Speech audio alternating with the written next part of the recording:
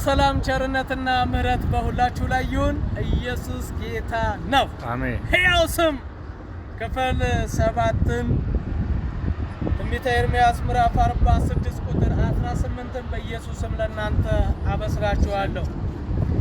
እኔ ሕያው ነኝና በተራሮች መካከል እንዳለ እንደ ታምቡር በባህር አጠገብ እንዳለ እንደ ቀርሜሎስ እንዲሁ በእውነት ይመጣል። ሕያው የሆነው ጌታ ይመጣል ይላል። ስሙ የሰራዊት ጌታ እግዚአብሔር የተባለው ንጉሥ። ሃሌሉያ! ሕያው የሆነው ጌታ ምን ይላል? ይመጣል። ምን በሉ? ንስሐ ግቡ፣ በእርሱ መኑ።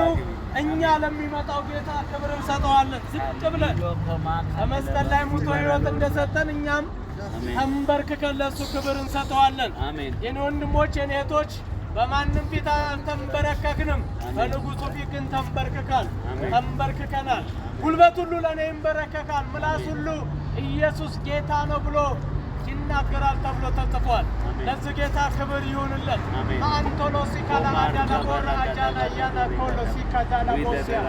አቤቱ እግዚአብሔር ሆይ እናመሰግንሃለን። ሕያው ለሆንከው ለአንተ ክብር ይሁን። አሜን። ሃሌሉያ! ኢየሱስ ያድናል። ኢየሱስ ይታደጋል። ክብር በጭብጨባ ለኢየሱስ ይሁን። ኢየሱስ ይወዳቸዋል።